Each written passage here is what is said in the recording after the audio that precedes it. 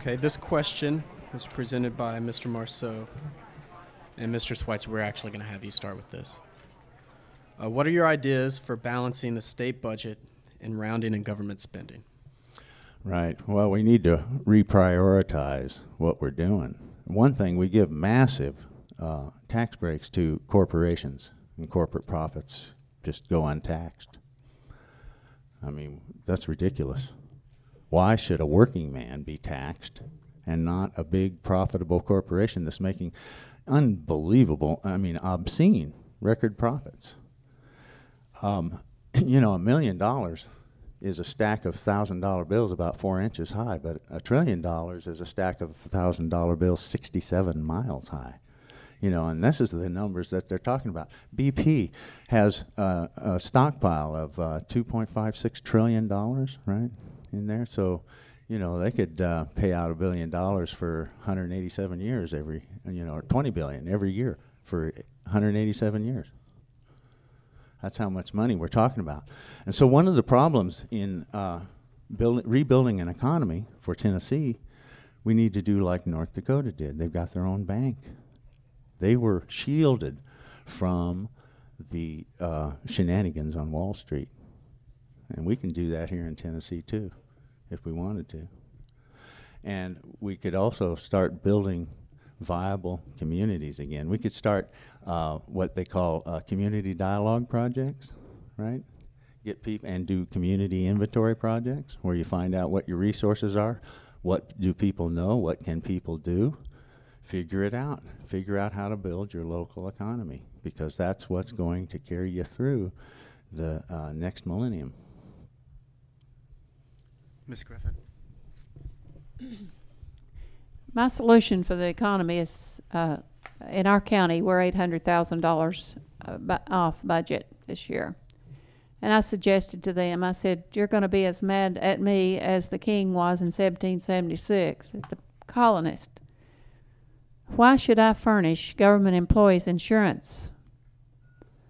If we cut the insurance policies for the state employees, and we found out in our county, just by cutting half the premiums, we balanced our budget.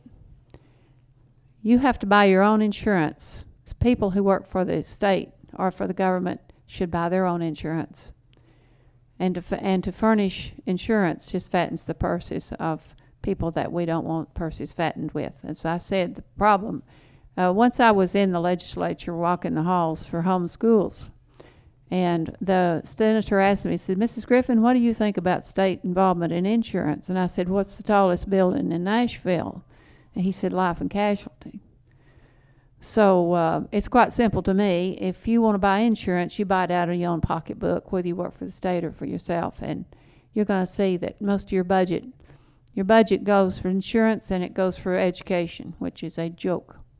So that's the direction I would head after I get through firing about 2/3 of state employees and give them a chance to get all their Social Security money back with one lump sum with interest at IRS rates. And you have 2 years to start your own business with that stipend. And Mr. Marceaux. Hey, guy, I'm sorry, y'all should. Okay. But I want to say this. Oh. Can you repeat the question? Yes. What are your ideas for balancing the state budget and rounding in government spending? Okay, it's sure not canceling your insurance, because the insurance is a fringe benefit for working hard, being honest, and loyal to a company. Okay. Now my plan is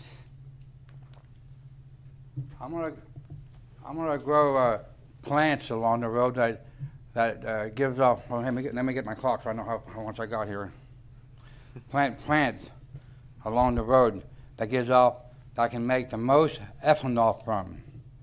And I'm gonna plant it in all the vacant lots along the road. Even the vacant lots, when they buy those roads, they always buy more acreage than they're worth. You wouldn't believe how much. Some cases, it's 25 acres in for the whole length of the highway. And so then I then turn this liquid into at the refinery. You know, you get money or I get gas, and all the state cars, county cars, city cars would do that. use it. And then the second thing I would probably do would be I would leave everybody out of jail who got arrested from a traffic stop. And then all the records would be sponged. You get rid of 68% of the people in jail, that's cost $35,000 a year to keep a prisoner. But they're all falsely accused from a traffic stop. So let me explain that just if I have time. The state, just think small, Hamilton County. When I ran for mayor there, I was quoted to say, Hamilton County makes $8 million on traffic stop programs. They spent $28 million to get me. And anybody that has a business mind knows if you spend $28 million to make 8, you're not going to last very long. And then another thing I'd probably end up doing is that I'll probably end up cutting probably 35% of the governor of the day. I'll cut his friends from jobs because I need to have this streamlined budget. Because you think that budget's going to be bad now? If it's not fixed worldwide, it's going to be twice as bad next year. So we have to fix it. 10 to 1, at that time, our budget should be balanced. Because from the gasoline, the tax on marijuana, now I'm not for any other drug. If it's man-made, I'm strictly against it. So and then on top of that, if we legalize the marijuana, we don't have to have war on drugs anymore. The Constitution says the United States government cannot declare war on our citizens. So all that money we spend just for that won't be here anymore, and we can just go down across the street here and a grocery store and buy it, pay tax on it, and we no longer have to spend that money. And that's a lot. So little things like that. And that's why I'm going to use my pressure washer for it, to find out what we need and what we don't need. And like I said before, you'll be happier tomorrow than you are today.